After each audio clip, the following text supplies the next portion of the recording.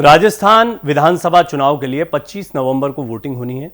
उससे पहले कांग्रेस को एक के बाद एक झटके लग रहे हैं। टिकट नहीं मिलने से नाराज नेताओं की भारतीय जनता पार्टी में एंट्री हुई।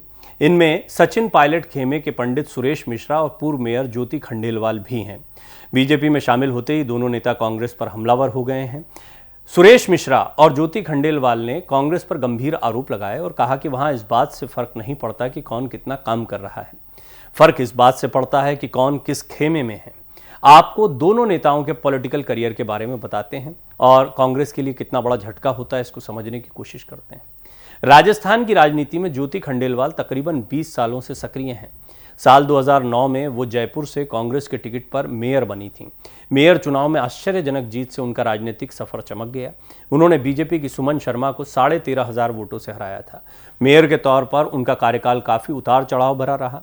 इस दौरान वो कई विवादों और अधिकारियों के साथ कहासुनी जैसे मुद्दों को लेकर चर्चाओं में रही। साल 2018 के राजस्थान विधानसभा चुनाव में वो जयपुर के हवा महल या किशनपोल सीट से लड़ना चाहती थी, लेकिन कांग्रेस ने उन्हें टिकट नहीं दिया। इस बात से नाराज होकर ज्योति खंडेलवाल ने स्थानीय नेताओं के खिलाफ एआईसीसी में शिकायत दर्ज कराई और पार्टी से इस्तीफा देने की भी धमकी दी। इसके बाद 2019 के लोकसभा चुनाव में पार्टी ने उन्हें जयपुर से मैदान में उतारा, लेकिन वो बीजेपी के रामचरण बोहरा से हार गईं। 2019 के लोकसभा चुनाव के दौरान एक टीवी चैनल ने स्टिंग ऑपरेशन कर उन्हें भ्रष्ट नेता बताया और कहा कि कांग्रेस को उनका टिकट रद्द कर देना चाहिए। चैनल ने दावा किया था कि ज्योति और उनके पति शरद 25 मार्च 2019 को दिल्ली के कनॉट प्लेस में चैनल के अंडरकवर रिपोर्टर से मिले और कुछ काम करने के एवज में 5 करोड़ रुपए की बातचीत की। रिपोर्टर एक कॉन्ट्रैक्टर के तौर पर पेश हुआ था, जिसने कहा कि ज्योति खंडेलवाल को सांसद बनने के बाद पैसे लेकर कॉन्ट्रैक्टर का काम कर देना चाहिए। हालांकि ज्योति खंडेलवाल ने चैनल के दावे को खारिज करते हुए कहा कि उस दिन वो जयपुर में ही थी और स्टिंग को उन्होंने फर्जी बताया। खंडेलवाल ने चैनल से स्टिंग ऑपरेशन को फर्जी बताते हुए 1 रुपए का मुआवजा मांगा था। इसके अलावा हेयर स्टाइलिस्ट जावेद हबीब पर केस दर्ज करने को लेकर भी वो चर्चाओं में आ गई थी।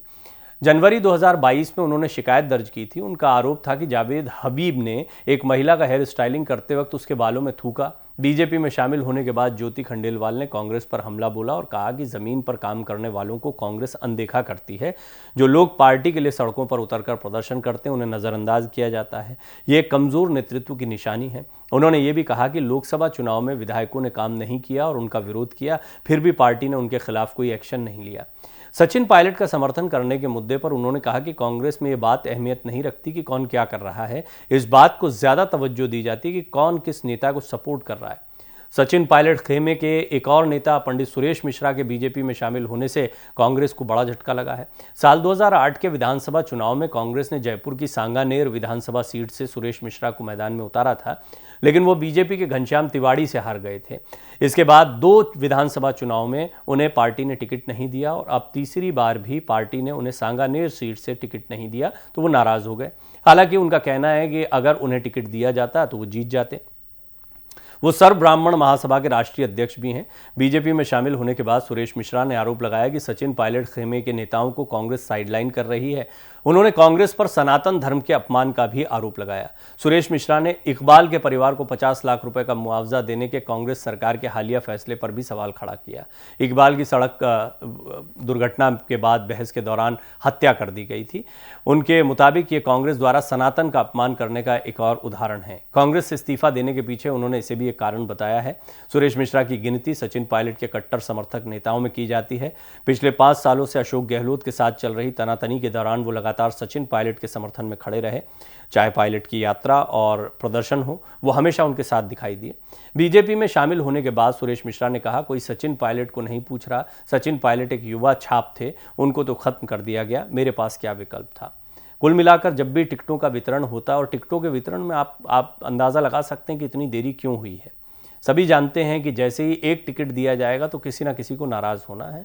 नाराज होने वालों की तादाद हर बार होती है। पिछली बार के चुनाव भी ये बताते हैं कि बहुत सारे बागी जो हैं वो चुनाव लड़े थे। कईयों ने निर्दलीय लड़ा था, इनमें से कई फिर कांग्रेस में आ गए थे या कांग्रेस की सरकार बनाने में मदद की थी। ये चुनाव की पॉलिटिक्स है, चुनाव के दौरान ये होता है। लेकिन अब बयानबाजी भी हो रही है और नेताओं का कद भी समझना चाहिए, क्योंकि हम यहाँ पर ये देख रहे हैं कि सीधे आप बिल्कुल एक ऐसी पार्टी में जा रहे हैं जिसके सामने आप बहुत समय से खड़े हुए थे। अब यहाँ बीजेपी में उनको क्या भूमिकाएं मिलती है या उनकी कोई मुराद पूरी होती नहीं होती, ये भी देखने वाली बात होगी। लेकिन कुल मिलाकर जब भी कोई बागी होता, खासतौर पर इस कद का नेता जो बहुत लंबे समय से रहा हो, तो किसी भी पार्टी को नुकसान होता है।